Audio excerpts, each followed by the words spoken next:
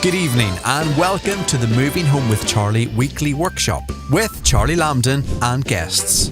Live at 8 p.m. every Wednesday. This show is here to help all home movers of the UK be better prepared for dealing with the gauntlet that is trying to move home. Helping make sure everyone has a home. Whether you're buying, selling or both, it's a live show. So if you have a question about your move, pop it in the live chat. In the meantime, sit back, have a noisy slurp of your drink, and enjoy the show. Sorry, I can't resist it.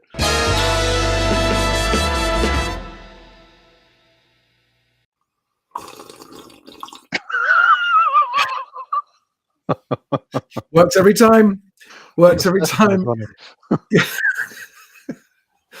What on earth does your mug say? It's shit on it. It's from Friday night dinner. Your camera's reversed. You need to flip. I love your it. camera. Well, shit on it. Well, whichever. I look backwards. Yeah. I look better backwards. Anyway, listen. Good evening, Daniel. Welcome back. It's been a long time. And I'm going to get straight into the point here. Most first-time buyers have never heard of a search pack. Don't know what it is. Don't know why they have to have one. Don't know how much it costs, and don't know why it's one of the most common things that derails a purchase. Far too late down the line when you spend all your money on your conveyancer, been waiting all this time to buy a house, and then you find out that actually the information that has derailed your purchase could have been available to you sooner. And you learn about all of this when it's all over and it's too late. There are lots of things to unpick there. If you speak to a conveyancer and say, has a search pack ever derailed a transaction? They'll say no. But when we're dealing with consumers, actual home movers, and we are lifting the veil on what searches are and dealing with home movers directly and giving them information that they themselves can read at the beginning of the transaction, they make informed decisions. So a lot of transactions, I would say, get derailed as a result of searches because of the time it takes to order them and the fact that there is an impacted delay in the transaction. And lots of transactions get derailed because they simply take too long. So if you're in a position, I always say, if you're buying a property and you can fire the starting gun and order your searches and put them on your conveyancer's desk, having read them yourselves and made the decision that you actually want to proceed, you have fired the starting gun because searches have a lifespan of 3 months. If the conveyancer sees the searches on their desk, they know they've got nowhere to hide. They have to get on with the transaction because the clock is ticking, and that is really important. And as with everything, the longer things take, the higher risk there is of things falling through due to misunderstanding, miscommunication, people losing faith. So actually getting a transaction and thinking of all the things you can do to speed that transaction up for sellers and buyers has got to be a really important thing. And searches, unfortunately, are the thing that conveyancers like to hide behind. We're waiting for searches. Now, I know in one of your comments earlier on, someone said, they said my searches should, someone said that they reckon the search come back in a week, but the conveyancer is saying something quite different. Conveyancers hate the fact that searches can come back quickly because it means they can't say we're waiting on searches. But if you fire the starting gun in the transaction, things are going to speed up. Absolutely. And as I always say, the art to winning the battle that is moving house when faced with all these different professional companies that want to try and get a piece of you on the way through, the art is to actually be in control, not be a passenger on a white water raft and hope you don't fall out and drown, but to actually be in control and have some, you're going to get swept along to a certain extent. And the search pack, I mean, as well as everything you've just said about speeding up a transaction, it also increases the chance of your offer being accepted. If you're competing with other buyers, and you can say as part of your offer, as I suggest in my offer email template, I will order the search pack either the day the offer is accepted or the day the seller issues the memorandum of sale. There's a well-documented project that was happening. It must have been a year, probably 2 years ago, because time goes so fast. Let me interrupt you. Forgive me, because what I want to do is I want to come back to the fact that most of the people watching this video don't know what we're fucking talking about still, right? Okay.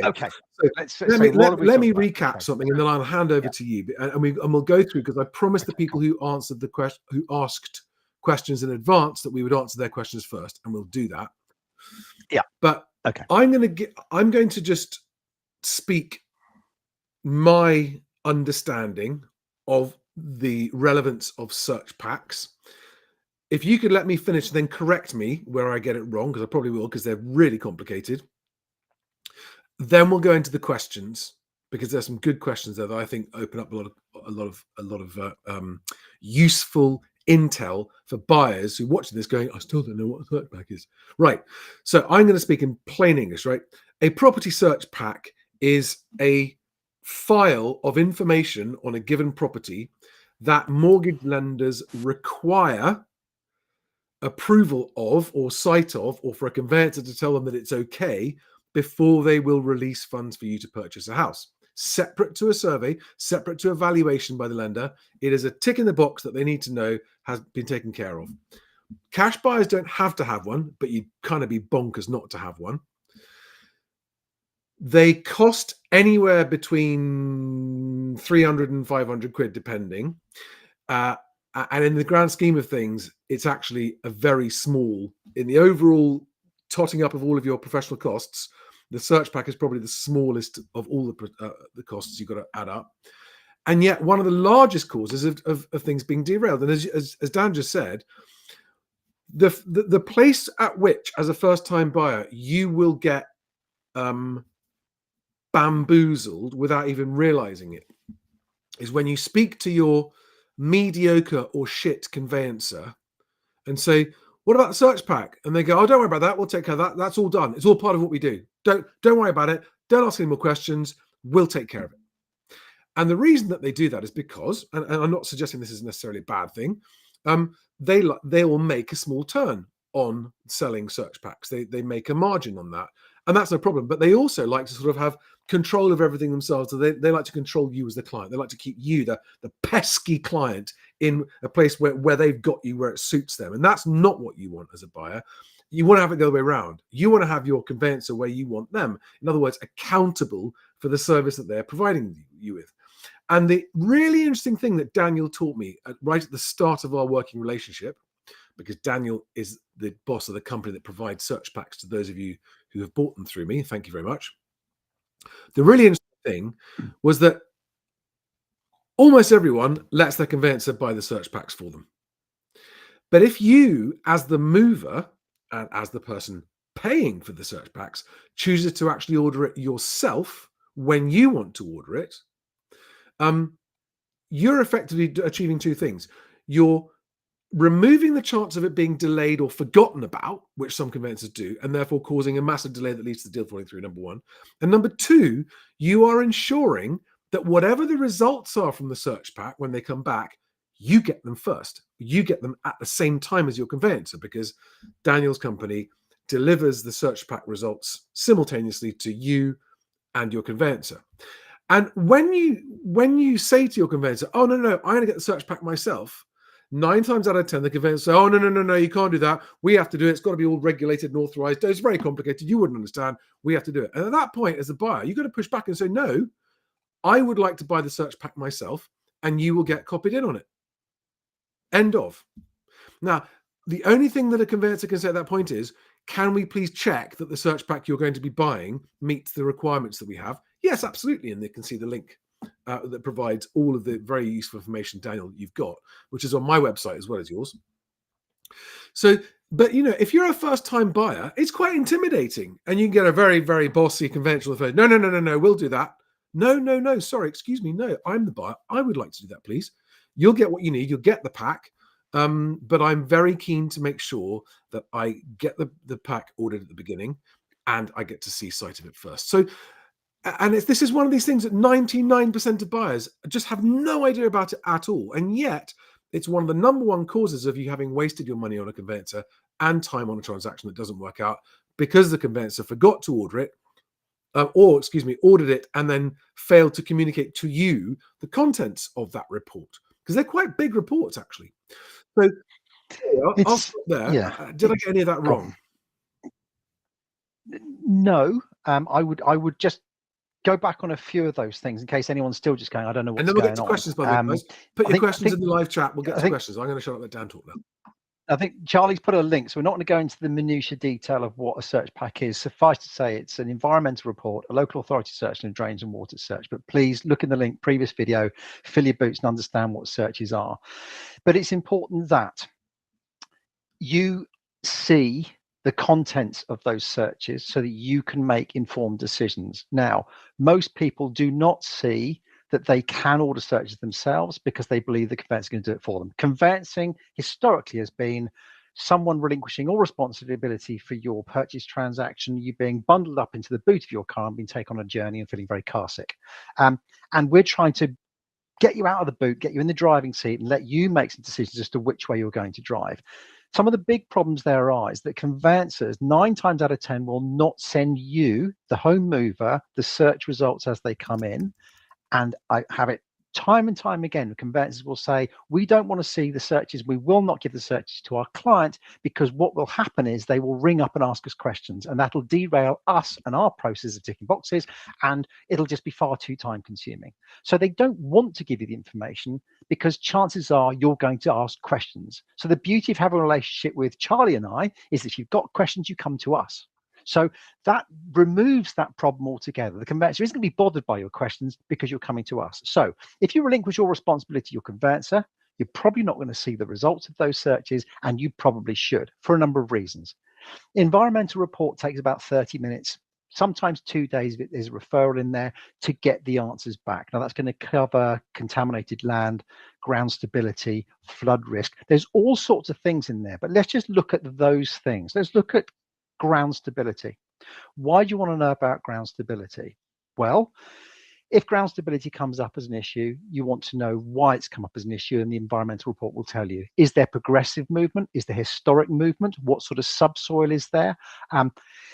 Those sorts of things you need to be aware of, because you were going to have a survey, and we'd recommend that you do have a survey. Don't just rely on a cheap or free valuation that your mortgage company is doing. Get a survey for movement in the property. You're going to live in it. You don't want it falling down. Ground stability is going to come up in your environmental report and either give you a nice green tick, or it's going to say, actually, you should be looking at this particular sort of survey to identify any movement there might be. Other things to consider in ground stability are things like if it's on clays, London clays. Clays swell with water and they also shrink with lack of water. If there's trees in the area, lots of trees in the area, there's trees drinking and there's rain, and so you get this equilibrium. If you were to buy a property and go, do you know what, the first thing I'm going to do when we come and live here is take out all those trees, and you've got a particular subsoil that means actually that's a problem, you need to know about it. Because if you remove all those trees and they stop drinking the water, you get the exact opposite of subsidence. You get what's called heave, because the water is no longer being drunk by the trees, and the substrate all fills up with water, and the house is pushed up out of the ground. So flood risk, of course, another big thing. Why wouldn't you want to know whether your property is at risk of flooding within hours of you agreeing to buy something? Better still, why not, when you're out viewing a property, use our hazard checker and see whether flood is a risk in the postcode area, and ask questions of the seller. Has there been flooding? Is there a flood risk? Better still, have you got an environmental report? Can I see the level of flood risk there might be in your area? And we're trying to get more and more sellers to be better prepared and have an environmental report to show the levels of environmental risk impact. But who wants to buy a property with a flood risk? I don't. So why would you relinquish responsibility to your conveyancer to not see the level of flood risk until you've had your survey and your mortgage offer and spent money on putting money on account with and you booked your removal company and the paperwork out to sign? And if you're lucky, as someone did with me the other week, they spent time to read through their contract and see their searches and go, hang on a second, we've got a problem. Most people don't do that. Most people sign here, send it back. When can I pick up the keys? Completely in the dark that there's a problem that no one's taken the time to highlight to them. So taking control of your searches and seeing your environmental report, your ground stability, your environmental planning, is it that field opposite? Is that going to be a solar farm? Is that going to be a wind farm? Is it going to be 200 properties on there? You need to know what's going to affect the property. So your environmental report comes back very quickly. Why do you want to see that right at the start of the transaction? So that you can decide whether you're going to spend money on a survey, whether you're actually going to instruct the conveyancer on that transaction, or whether you're going to say, look, hold on a minute, a whole lot of stuff's immediately come out I wasn't aware of. I've just got to take a breath and decide whether I want to proceed with that. So that's why you have an environmental report right at the start. Your local authority search, you can go into detail as to what that is, but there's a whole load of things in the rest of the reporting, drainage and water and local authority search, that again will make you pause and consider whether it is actually your dream home. Oh, I'd like to open fire, we're going to put logs on there, and then you find out it's in a smoke controlled area, and you can't do that. You can't have the wood burning stove that you always thought you might have, or you can't extend it because there's drains running across the back. So many things that are in the searches that traditionally you don't take control of. The conveyancer and the lender decide whether they are happy with the risk profile, and you're rarely considered. So it's really important you do take control of those searches. I could go on for ages, but let's have some questions, shall we, Charlie? So you've reminded me of something that I wanted to Oh, so I had someone who booked a one-to-one call with me earlier this week. And it was the first time I've ever had someone do that. They paid for a one-to-one video call because I do that. If you want one of those, by the way, the link in the link tree link below, you'll find a link to book a video call with me. Just as an FYI to me, Charlie, please let your followers know I am now living in a house that I didn't want to buy because my conveyancer didn't tell me what was in the search pack. And all of my plans for this house are out the window, and I'm now stuck. And I'm now in a legal battle with that conveyancer. They gave me the wrong advice. And she just said, it's my life has gone. Her reasons for moving were already unpleasant. And she thought, oh my God, this is going to be a way to move on in my life. And literally the conveyancer ordering the search pack, not relaying the contents to her and telling her it was okay to proceed and exchange. So she only discovered that she couldn't do what she wanted with the property after she bought it. And that information was in the property search pack, has ruined her life. So because of complications of mortgage time, she's like, I'm now stuck in a home I don't want to be in. And it's just made my already bad situation worse. The conveyancer will say, we did report to you, it was in the contract when we sent it out. But with that, again, probably at the 11th hour. Who, after all these weeks and months of waiting, you just want to sign and move on and trust that someone's highlighted it. Oh no! It was a worse story. It was a horrible story. Anyway, so guys, yeah. Anyway, I hope, Daniel, you won't take offense to this, but I think property searches direct fall into the boring but important category of moving home, right? I think they're very exciting. But I mean, they're big, these things. When they come through, you sent me an example. I mean, it's a lot of information to read through. Yeah, but they are really, really consumer friendly with lovely front pages that give you some understanding as to what's in there and what's red to look at and what's green and okay. They are very, very consumer friendly. They are not written for lawyers. They're not in legalese. They are in everyday person speak, which I think is really important. Over the last decade or so, search has become so much more user friendly. And even conveyancers should be able to understand them, although sometimes some don't. And also, to those of you who are using my conveyancing partners, you're automatically getting Dan's searches. And in fact, because my conveyancing partners ask the client to order the search. So the search is still ordered by the mover, and therefore the mover and the other thing we've missed out, Dan, which is a big deal. We always miss this out when we're talking. To my knowledge, you're the only direct to consumer search pack provider who provides effectively direct customer service. Yeah, we're really proud of it. We've got a Trustpilot 5-star review rating, and it's hard to get reviews out of people. But actually, everyone likes to spread bad news. We ask someone for a 5-star review, and it's quite hard. But yeah, we're very fortunate. We have, over 100 odd, 5-star reviews over the years. But we are a consumer-facing search provider that make ourselves available for people to not only order, but present questions to us about the reports that they've received and ask questions and ask us to help understand and clarify the points that are there. And yes, we are the only search company to mind that put ourselves out there to engage with home movers directly. Most, if not all, other side to conveyancers and literally just chucking them at the conveyancing manila files and saying, there you go, we've done our job, you've got what you need. But I set out the business to break that and actually deal with home movers and put them in charge and give them the information, as well as the conveyancer, of course. But yeah, we're the only Let's get into some questions, right? So Christopher King on X says, my mortgage broker advised I mean, there's the mistake straight away. Don't take advice from your mortgage broker on anything other than the mortgage. Yeah. So it is a good question. Let me finish reading the question, because go on. Daniel, Go on. this goes on audio podcast only, so there are people listening who can't see the screen. Sorry. So Christopher King on X says, my mortgage broker advised not buying the search pack until the lender has valued the property. Is this good advice for first-time buyers? No. Let's elaborate on that. It's not good for first-time buyers. As I said before, it's great. You can get a mortgage offer on a property you don't want to buy. Yeah.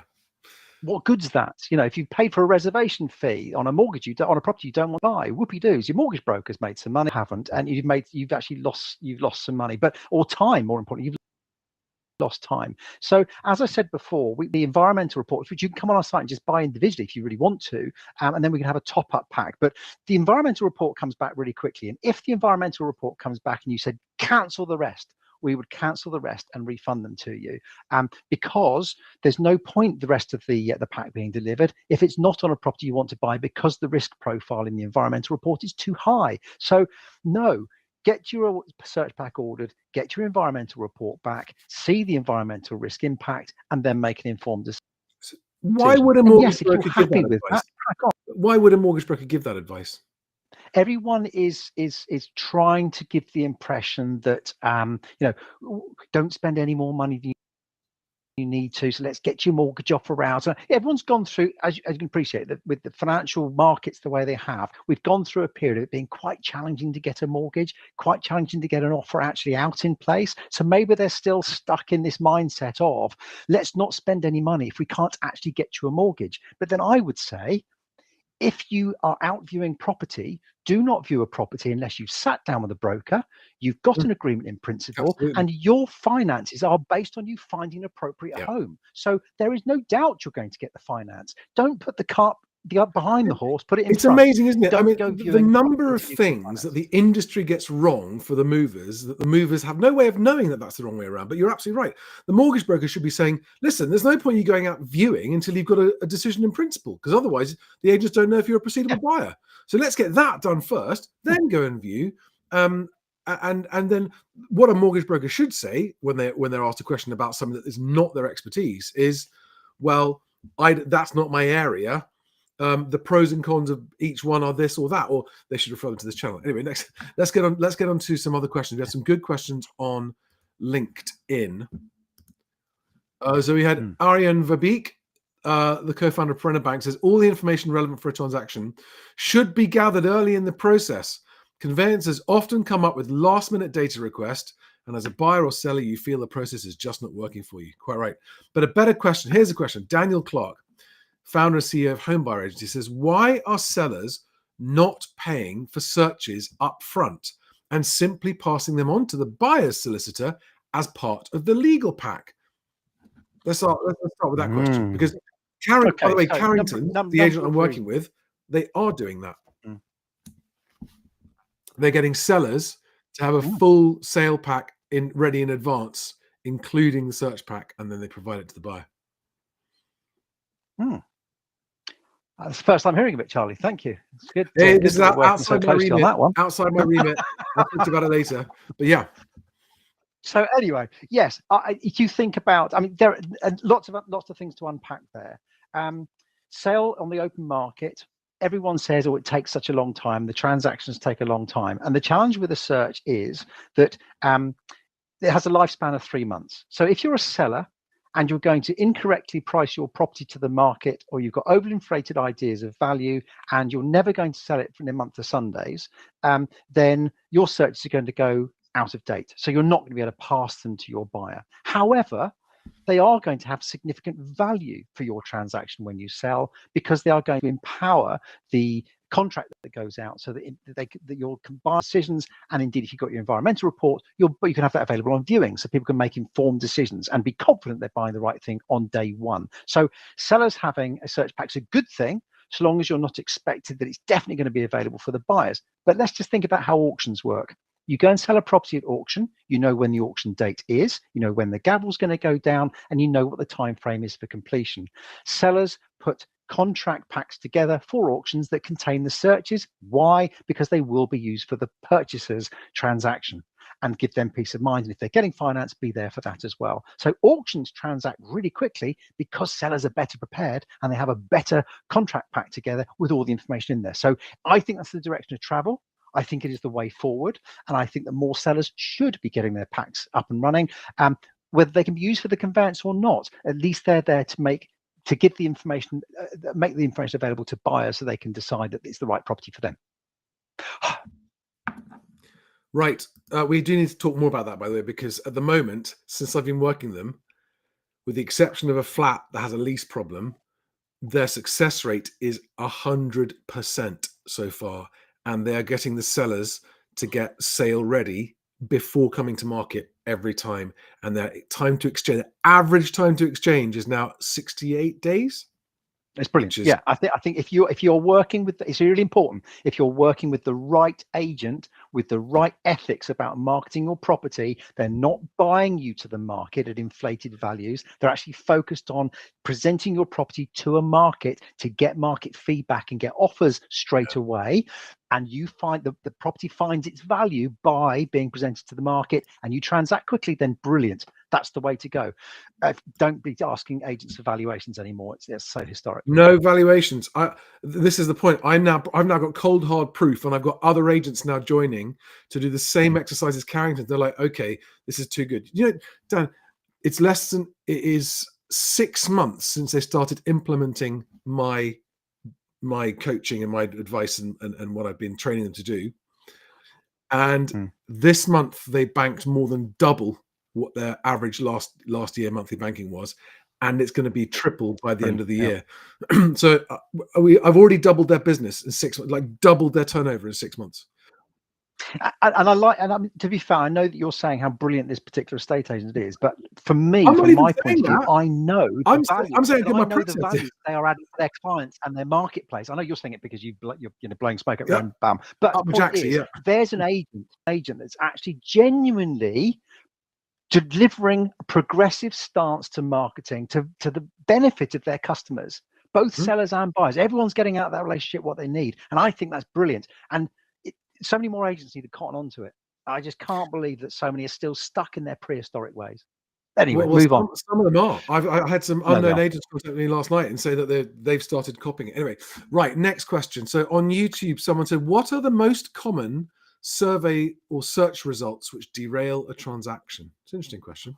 Oh, they are numerous. It depends on you. I think everyone has individual goals or aspirations for a particular property. So let's look at some recent examples. So we had a family looking at a particular area they knew had particularly high flood risk. And actually, it didn't derail the transaction. It derailed their willingness to actually agree a transaction purchase. They were getting flood reports and everything. So for them, had they not had access to us, they'd have probably engaged with the conveyancer, got the purchase underway, waited for the search to come back, and then gone, no, it's not for me, and pulled out. And that would have derailed the transaction. Fortunately, they were buying flood report from us, and then finding the property that met their profile. So for them, it was flood risk. We had one the other month that was coastal erosion. The property just was not going to be in existence within 30 years, so that wasn't for them. We've had tree preservation orders derail a transaction where the agent's going, oh, you can just take that tree out. So they can put their extension in there. Local authority search came back and highlighted the fact it's got a tree preservation order over it, and they can't touch that tree. So that derailed the transaction. So there are lots and lots of reasons and lots of things that can come up in a local authority search. It may well be that the road out the front that looks like a lovely A road now going to be turned into a dual carriageway. We've had that before. We've had the view across the front with the agent saying it's never going to get built on, and we know there's outline planning on that comes up in the planning returns. So suddenly this wonderful view is going to have 500 houses on it. Well, I didn't know that. Well, you do now because you've got your local authority search. We can see the applications that are in there. So there are so many things that can come up that can derail a transaction. Someone would say, I don't mind it being 400 houses. That's fine. Others will say, but I really want the view. So it's down to your personal requirements and what you want out of a property. And there will be things that will derail someone's transaction that will be absolutely fine for you.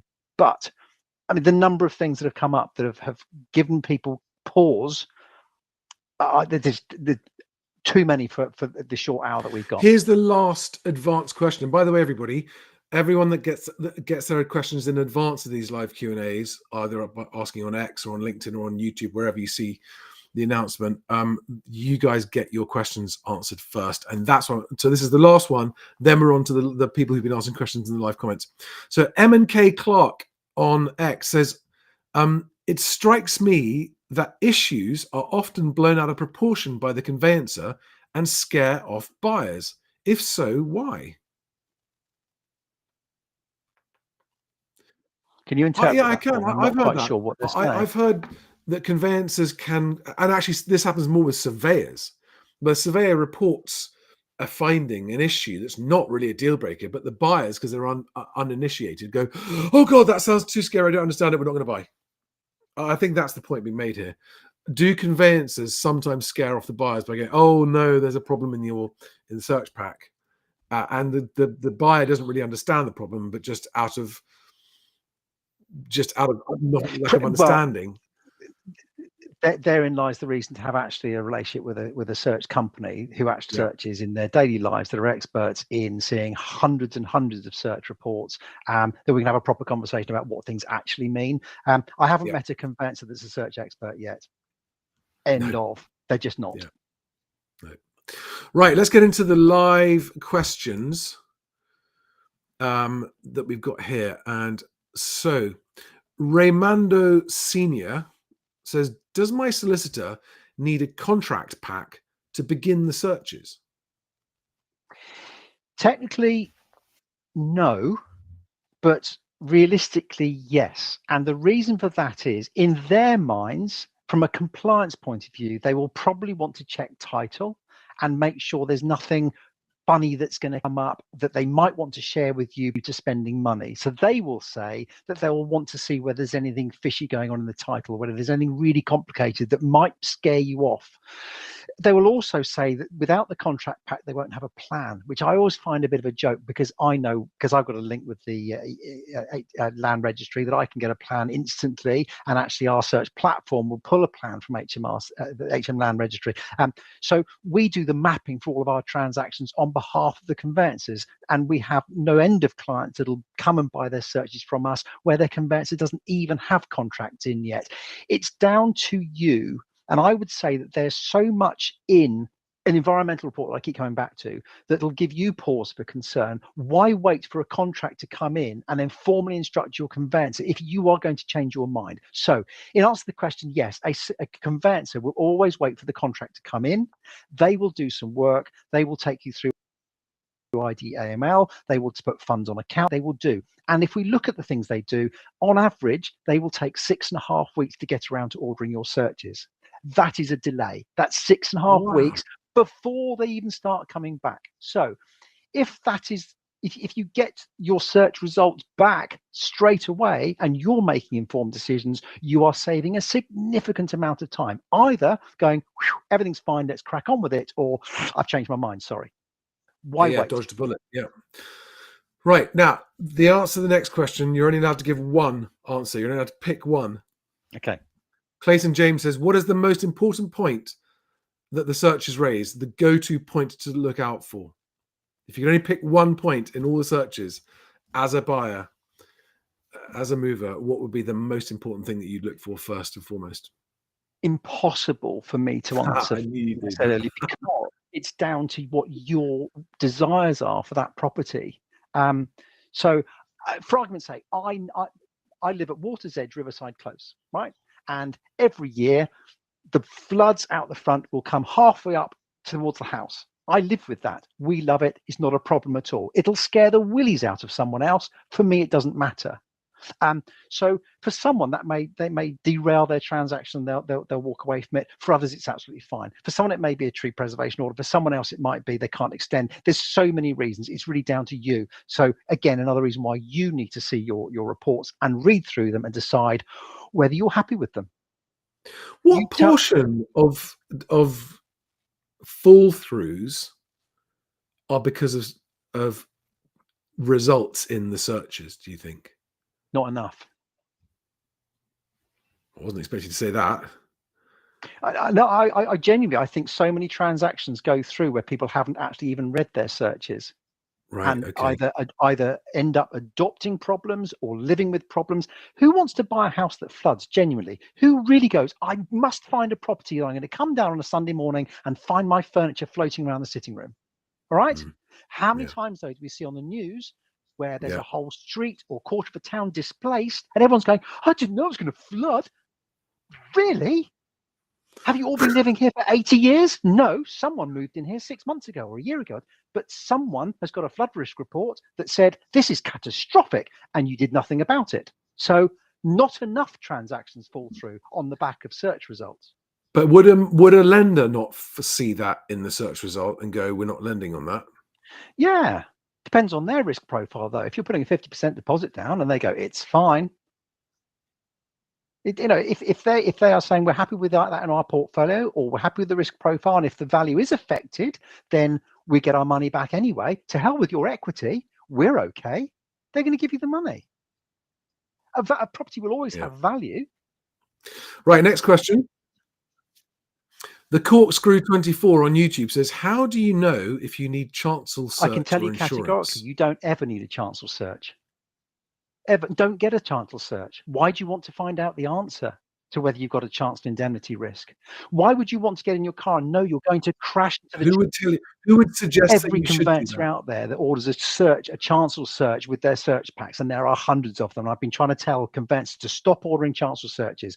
Why would you ask a client to spend £50 on a chancel search to tell them they've got a chancel risk against which they then need to go and buy insurance? Why not just buy insurance in the first place?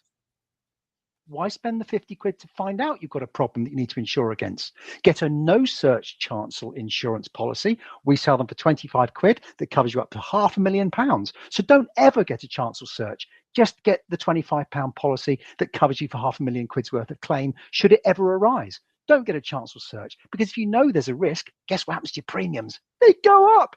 I'm going to crash. Insurers are all going, well, I better charge you thousands of pounds. Don't find out. Don't ever get a chancel search. You don't need a chancel search. Please stop buying chancel searches. Just insure against the risk. Wow. That's really, really interesting. Okay, that explains your answer. Someone called CCTV on YouTube says, search pack messed up house purchase, flagged possible contaminated land, and the council had no evidence, ground was remediated. I'm a first-time buyer and got spooked.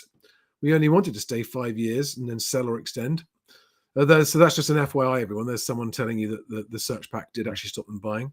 Marcin Zvizakovsky says, when to purchase a search pack if you're buying a property via auction? Well, the auction Yeah, it pack will already should do, contain it, although right? we're finding that so Or not? many auction houses are not insisting on searches being in the packs, which I find infuriating. And then people are left, because most people buy at auction with cash, most people are left indemnifying. Now, we do sell auction packs. We provide 70% of local authority search data, and we indemnify for the rest of the bundle. And we complete that in 24 hours to enable people to transact at auction where they are cash buyers. It's not ideal. I always say to clients selling at auction through us, if you've got time, order your search pack. Don't go in the auction this next week. Actually wait for the next auction that comes around and actually put all your searches in there, because it'll give your buyer more confidence. So I'm trying to get auction houses to take it seriously and actually insist that sellers provide searches in their packs, so that it's better and more fair for buyers who have to make informed decisions and complete quickly, because there isn't time to sort out problems at an auction. The gavel's gone down and you're committing to transact or losing money, a lot of money. Right. Okay. Thank you. Next question. Just a bit of feedback here, actually. Ramble and Root says, I had to pull out of my house purchase due to mining issues in Gunnislake.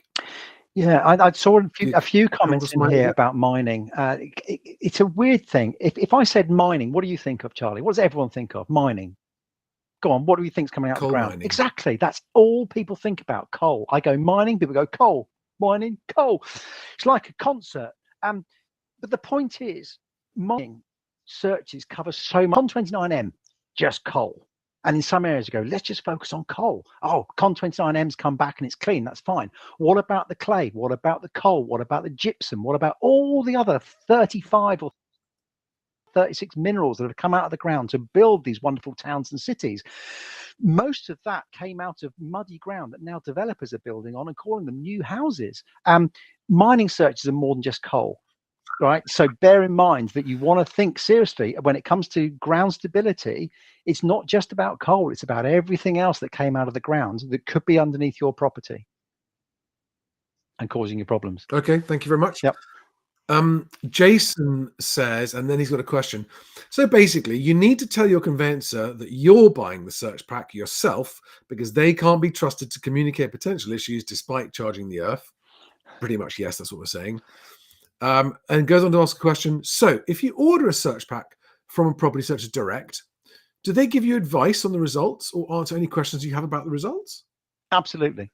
If you've got a question and you need help interpreting what is being written in there, you pick up the phone, you ask the question, or you email in my team, we answer the question. Ideally, we have a conversation and talk things through. We can't try and pull any wool over your eyes. We can't try and tell you it's any better than it is, but we will help if you go, but what does that actually mean? We'll help you understand the meaning of it so that you can make an informed decision. Because it doesn't affect you either way, does it? You No. have no skin in the game, whether the transaction happens or not. So No. you're pretty much the only person that can give them objective, impartial advice on it. Yeah. And by the way, guys, for those of you watching thinking you want to get search packs from Daniel, the link below to my website where you can order them is in the description below this video or on my link tree. Next, CCTV again says, my conveyancer was useless. Couldn't answer questions I had about search results. We'll try you guys next time. Thank you very much, CCTV. Said, they're not search experts. Excellent. Yeah. No, conveyancers can't answer. This is when you realize that conveyancers can't answer questions about search pack contents, then you're like, we really should be buying it ourselves, shouldn't we? Raymando Senior has a good question again. He said, is it too late to conduct your own search if you already instructed your conveyancer to do so, but they haven't started it yet? No, No, if it's they not too haven't, late, is it? no, You I can say would, to I them, would right, definitely, don't do it. definitely, please make sure that they haven't started it yet, because I hate people buying things twice. Make sure they haven't actually spent your money, and it'll be left on account against your ledger and come off of your final cost bill when you finish the transaction. If they definitely haven't ordered your searches, you can say, look, I'm just going to do it myself, and you can keep the money on account. That's fine, but I'm going to order the searches myself because I want a relationship with my conveyancer, with my search company. Yeah. And guys, if you experience any pushback from conveyancers saying when you say you want to buy your own searches, you should get quite indignant about that, because their motivation is a bit of extra money and a bit of control. Your motivation is control of your purchase decision. It's infinitely more important to you than it is to them. And you should push back quite hard and go, no, I would, and they will can't say, oh, we have to order it, otherwise it won't be the correct one. And that's always bollocks. Right? We had a client last week. She's a cash buyer, bless her, but she's got time and she wanted to buy her own searches. Her conveyancer went absolutely up the wall and said, you can't do that. She said, well, I have done that. Oh, well, we won't use them then. And she came to me and said, what should we do? I said, well, I will provide your conveyancer with all the evidence and all the reasons as to why she can use the searches that she's got, and there'll be no question about that. And I will finish that off with, if she's not willing to act, then I can point you in the direction of some other progressive conveyancers that will act for you. And she's just dumped the conveyancer, wants her 700 quid back that she put on account, and she's instructing someone else. So you are in control. If they don't want to act for you, then say, okay, fine, I'll go somewhere else. They are provided. They hate it. They are a service industry, and you are the customer. And it seems to be the other way around. They are doing a job for you. You're in the driving seat. You're paying their bill. Now, I'm not saying you need to get arsey with them and call them all idiots and give them a hard time, but they are a service industry. So if you're not happy with the relationship, call it a day and go with another firm. It is your right. Well, which also answers this question. Fraggle H says, can a conveyancer insist that you only get the searches via them? No, they can't, but they will try. It, but you can also insist that they don't act for you and you can go somewhere else. Yeah. I find the same with a lot of sellers when they're talking to prospective agents they're thinking about instructing. And they say, oh, well, the agent told me that their policy is 26 weeks. You're the customer. You decide. It's your money. Well, I'm not going to, if you want my business, it's not 26 weeks, it's 6 weeks or or off you go. And they will turn around and go, oh, okay, then yeah, we'll take your. You can negotiate. You can negotiate when you're negotiating with an estate agent or anything like that. You should treat it as you would at a weekend market stall where there are no prices on the things and you can have a haggle. Not necessarily over the price, but you can have a haggle over some of the terms, especially the ones you don't like. And it's policy. We can't. Yes, you can. You can change. The thing you need to bear in mind is that Charlie and I, we're delivering. I mean, my business doesn't just deal with Joe Public, you guys. We have conveyancer relationships. Now, you could instruct one of those conveyancers. That conveyancer will push the button and you get our searches. And with some of those, we insist that we have a conversation, or we are opened up to their customers to have those conversations. And it does a favor for the conveyancer, but it's pot luck. But we know that because we've got conveyancer relationships, we could have a relationship with any conveyancer in the country if they chose us as a supplier. Yeah. It's not that they can't, it's the fact that we're not their usual supplier, and that is it. And they freak out. And admittedly, they've got to make sure it's from an appropriate source, it's appropriately insured, we're COPSO regulated, we're PCCB registered. Of course, we tick all those boxes. They do need to ask those questions. I don't blame them for doing it, and they're welcome to answer those questions. What they're not supposed to do is say, you can't do that. What they're supposed to say is, that's no problem at all, but can we just check this, and this before I'm happy to act for you, which is, they have every right to do so. And all you need to do is send them the link to the page on my website where you can order them, which has got all the information that should show them that they are fully. And guys, it's not that me and Dan, obviously Dan's in the business of selling search packs. But what we are both trying to do, and the reason I work with Dan, is because we're genuinely trying to give movers the upper hand in a situation where normally you have a disadvantage and you end up losing out. We want people to be in control of their moves, not just be told blindly what to do and then find out too late that they've been shafted. Can I also say that we are both in the business of wanting to sleep at night? And to be fair, I would never want to sell anything to anyone they didn't need. And if you decided, having bought a search pack, that you weren't going to proceed, I would refund you the rest of it without question. I'm not saying, well, you bought them, that's it. We're just not those sorts of people. Exactly. Rambler Root asks another question. What does it mean if a house isn't on the land registry? Does it complicate things if purchasing? So an unregistered title, gosh, I wish that the land registry would get a grip of this and someone would actually put a service together to register every title. So whoever owns those properties are at genuine risk of property fraud. Because they are a real target for people to go in and effectively do the first registration and pretend that they are the owners. First registration conveyancers will be happy to deal with first registration as part of the purchase transaction. Some sellers will probably want to do the first do the registration first and then transact with a clean title. I would say, actually, if you're buying a property, prepare for it to take a little bit longer because there's a little bit more work to be done. But if it's not registered with the land registry, in other words, the land registry knows that there's a hole in the register, but they don't know who owns it, and they have no record of it, and there is this first registration to be done. The beauty of a property being on the land registry register is that there is a definitive list of who actually owns the property and what title is it, leasehold, freehold, and so on, so that there's less risk of someone nicking it. So it's important that things are registered with land registry. Okay. Next question. Just a yes or no on this one, I think. Rumat Samaya says, does Japanese knotweed show up on the search pack? No. Okay. I didn't think so either.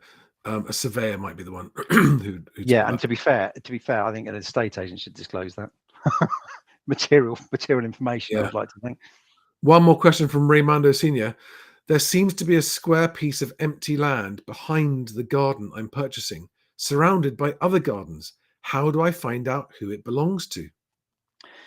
Yeah, several things to do. If you gave us a call, out of the goodness of our hearts, we would find that piece of land on our mapping system and we'd have put our little cursor in it and it would flag up in our land registry integration the title number if it's registered. And from the title number, we can then apply for a title copy that'll tell you exactly who owns it. If it's not highlighted, it means that it's not registered with land registry and it's up for, someone may own it, but it's not on the land registry. So I shouldn't tell you this, but in a previous property, we had a bit of land at the back. that we actually adopted for a good number of years, and we didn't ever say it was ours, but we said we had usage of it. No one ever kicked us off. We could at some point have probably moved the boundaries and said it's ours because we've had it for more than 10 years. We didn't, because it wasn't actually ours. But it's interesting. But yeah, just give us a call. We can always just put a dot in the land registry, see whether it's registered, and let you know what the title number is if it's registered, and if it's not, tricky. Raymondo says, this is the bee's knees. Where were you in my life before? Aldrich's Turnip. Hi, Charlie. Question. You tell us to take care of avoiding long lock-in contracts. One estate agent said there was no need for any contract. Should we be careful of that as well? Sorry, this is off topic, but I saw that question. I would, given the choice, an agent that says I won't lock you into any contract is usually an agent that has a lot of confidence that you're going to be a happy customer and not need to go. It's not a red flag if they don't have a contract. It's a really good flag. I mean, sometimes I have been aware of agents that don't have contracts, but they're also useless. So yeah, but if they're useless, you can just walk away at any time. There's no contract, so that's just not a red flag. Jason said, spot on. Thank you for answering the question earlier. And Fraggle H said, in other news, my purchase is in a bit of trouble due to the survey by Daniel at Homescan. You know, Dan, the surveyor man, I think you know. Oh, no. Yeah. He's only doing his job. Yeah, exactly. Well, that's the point. It's good, isn't it? It doesn't all have to be good news. Someone said to me the other day, oh, that was a waste of money. It all came back. There was nothing wrong with my environmental report. I went, really? You wanted to have full of red flags? Yeah. You wanted the flood? Never a waste of money. It's never a waste of money. Jason says, careful, you two are going to catch a spurious case from frustrated conveyancers soon. Oh, no. I do worry about the backlash of being on these shows. Teddy B says, will local occupancy clauses be shown in a search and can they be cancelled? Take advice from your conveyancer. Yeah, I'm not getting involved with that one. Okay. And Fraggle H says, absolutely, Dan did do his job. The surveyor, that's good to know. Right. Where is that? I've lost it now. The caption was supposed to be, but anyway, what I will do is put up the link on the screen so that anyone that wants to get their search packs, I can never find it. There it is. mhwc.co.uk/property-pack, which is where you can order your searches, which is supporting this channel. Thank you very much. And also providing business to Dan's business. And you'll be getting Dan's customer service on the end of the phone if you need it. And by all means, just go there if you want to read more about and find out more about the actual contents of the pack and everything else. It's all the information is on that page if you want to go and see it. But otherwise, Daniel, all that remains is for me to say thank you very much again. And also, guys, for those of you who already want to know the nitty-gritty about search pack, in the description below is a link to a video that Daniel and I did a couple of years ago. Half an hour, we get into the weeds of search, into the Japanese knotweed of search packs. I might have been a bit more animated then. Oh yes, I think yes, yeah. That's right.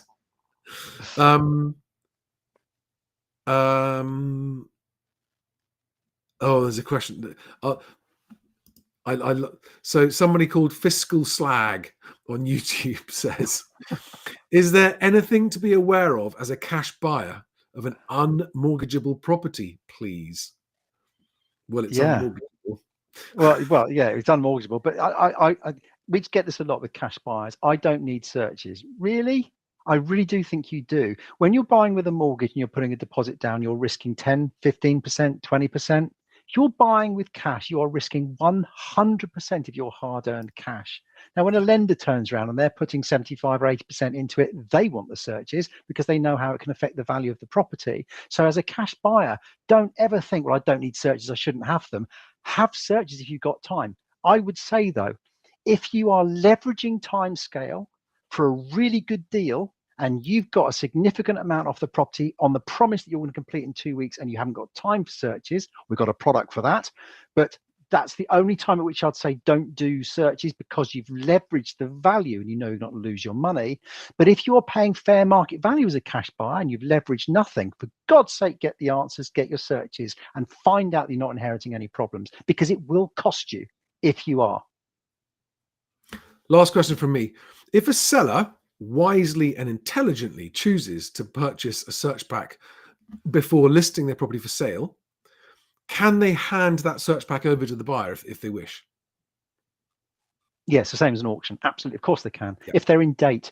So we're trying to encourage more and more sellers for a number of reasons to get legally prepared, instruct a conveyancer, have your searches in hand so buyers can make informed decisions. And if you've got a decent contract pack, your buyer's got an agreement in principle, things can move quickly. Those searches can be used. Hand them over. The search code was set out to protect buyer, seller, lender, and buyer, seller, lender, and there's another one forgotten, and conveyancer. So all these people protected by the search code. Those searches are property specific, not client specific.